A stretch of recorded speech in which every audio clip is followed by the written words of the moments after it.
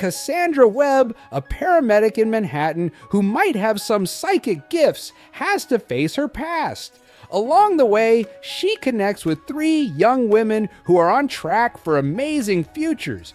But first, they need to make it through some serious challenges in the here and now. Get ready to relive the adventure as we recap the story of action and sci-fi film today. Madam Web, production year 2024.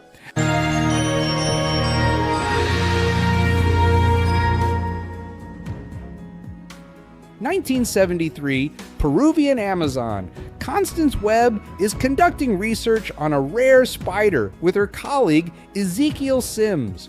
Although she is pregnant and feeling weak, she perseveres.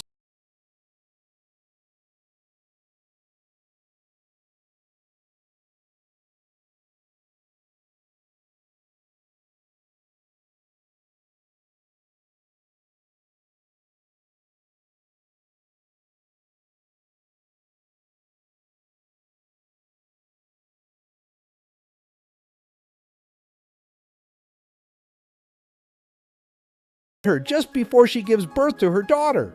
Before dying, Constance catches a glimpse of her baby and is told by the chief of the Uranus that the girl is destined for greatness. 2003, Queens. The girl grows up to be Cassandra "Cassie" Webb, working as a paramedic alongside Ben Parker. After responding to an emergency, Cassie and Ben return to the hospital, where the son of her patient gives her a drawing as a thank you for helping his mother. Cassie feels awkward and strange about it, until Ben encourages her to accept the picture. Meanwhile, Cassie and Ben respond to an emergency involving a car teetering over the edge of a bridge. They successfully rescue the driver, but Cassie becomes trapped in the car as it plunges into the river. A powerful force surrounds her, seemingly awakening something within as she experiences visions and sounds before being revived by Ben. Sims now resides in New York, tormented every night by a dream in which 3 young women with spider-like powers attack and kill him. He is involved with an undercover NSA agent to whom he confides his troubling dreams. After discovering her true identity, Sims uses his abilities, granted by the rare spider, to poison the agent. Later, Cassie attends a baby shower for Ben's sister-in-law, Mary. During the games, she inadvertently makes things awkward by mentioning how her mother died during childbirth, which makes Mary uncomfortable. Cassie also has a moment where she feels as though she has already experienced a specific event at the party, dismissing it as déjà vu.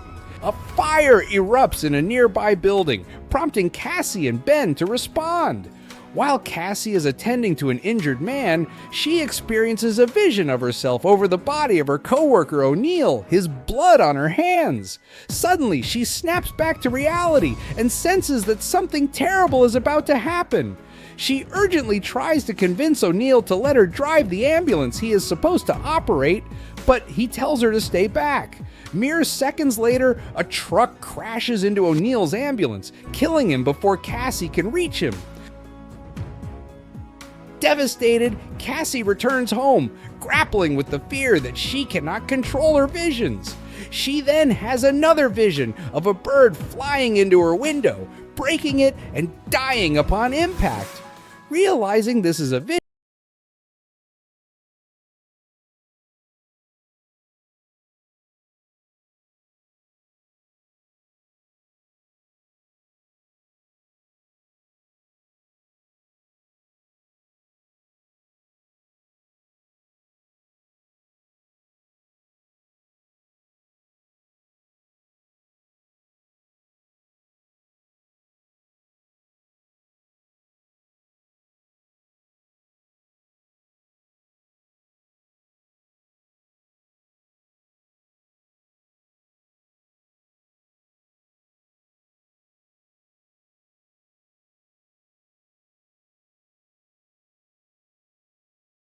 Spider-Man-like suit attacking and killing police officers that they realize they are in serious danger.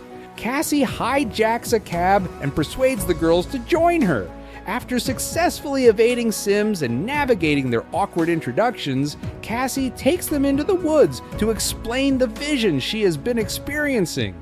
As they talk, the girls realize they have connections to Cassie. Julia is the stepdaughter of Cassie's patient, the one whose son gave her the drawing. Anya knows Cassie as the woman who lives in her building and leaves junk mail everywhere. And Maddie recognizes Cassie from the incident where she almost hit her with the ambulance while Maddie was skateboarding in front of her. To keep the girls safe from Sims, Cassie decides to leave them in the woods while she goes off to investigate. Returning to her apartment, Cassie discovers photos and journals belonging to her mother, Constance, along with a picture of Constance and Sims. Meanwhile, feeling bored and restless, Maddie persuades the others to head to a nearby diner for some food while they wait for Cassie to come back. Julia and Anya follow Maddie, and they soon find themselves mingling with a group of boys. When Cassie returns to the woods, she finds that the girls are missing. She has a vision of them at the diner, witnessing Julia and Maddie being killed before Sims takes her out. In a panic, she races to the diner, but Sims arrives first. Just as he is about to reach the girls, Cassie crashes through the front of the diner, slamming into Sims.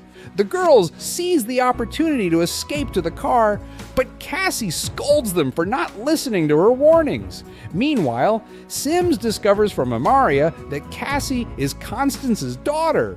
To keep the girls safe, Cassie takes them to a motel room. They share their backstories and explain why they have nowhere else to turn.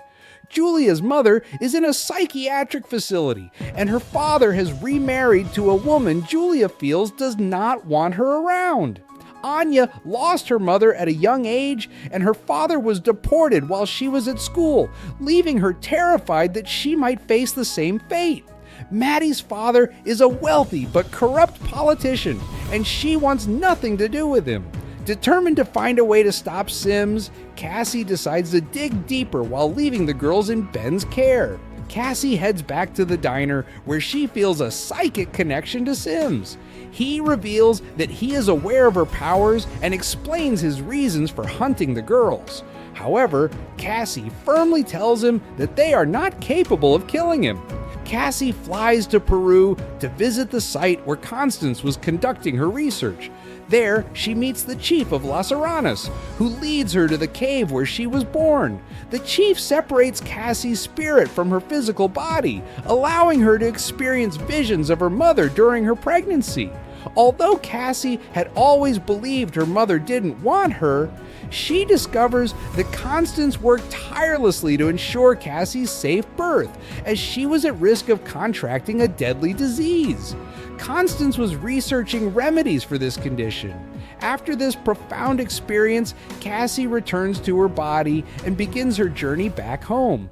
Meanwhile, in New York, Mary goes into labor, and Ben must rush all the women to the hospital. Amaria scans the girls as Sims heads in their direction.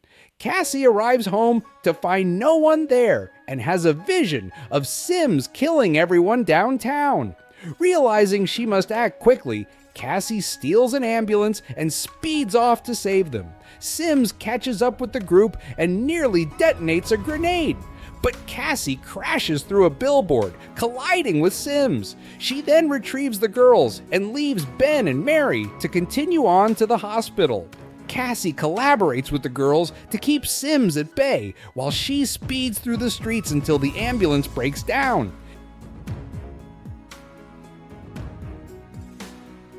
They reach a warehouse where Cassie radios for a helicopter to evacuate them.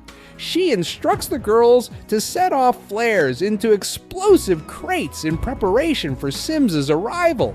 As he approaches, the flares ignite, creating chaos while the girls scramble to the rooftop.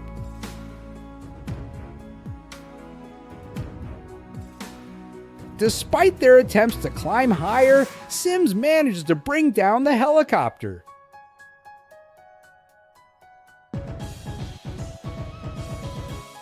The three girls try to help Cassie, but they find themselves dangling over the edge.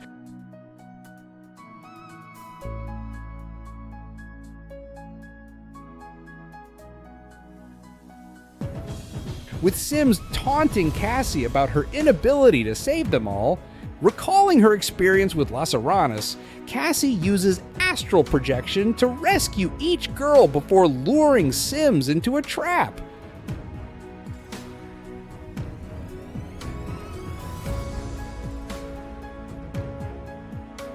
The warehouse sign begins to collapse, and Sims gets trapped under the falling debris. Cassie reveals to him that his visions weren't warnings about the girls, they were warnings about her. Sims falls to the ground, crushed by a collapsing Pepsi sign. In the chaos, Cassie also tumbles into the river, and a firework strikes her face, leaving her blind. Julia jumps into the river to rescue Cassie, while Anya and Maddie perform CPR, as Cassie had taught them, successfully reviving her. At the hospital, the girls gather around Cassie's bedside, expressing their gratitude for one another and their role in saving each other's lives. Meanwhile, Mary gives birth to a healthy baby boy whose name is never revealed, but it's clear he will one day become a famous web slinger. Though Cassie is left blind and paralyzed from the waist down, she takes Julia, Anya, and Maddie into her apartment to live together. Cassie shares another vision she has had, where the four of them don superhero suits to become crime fighters with superpowers. She smiles, looking forward to the future ahead.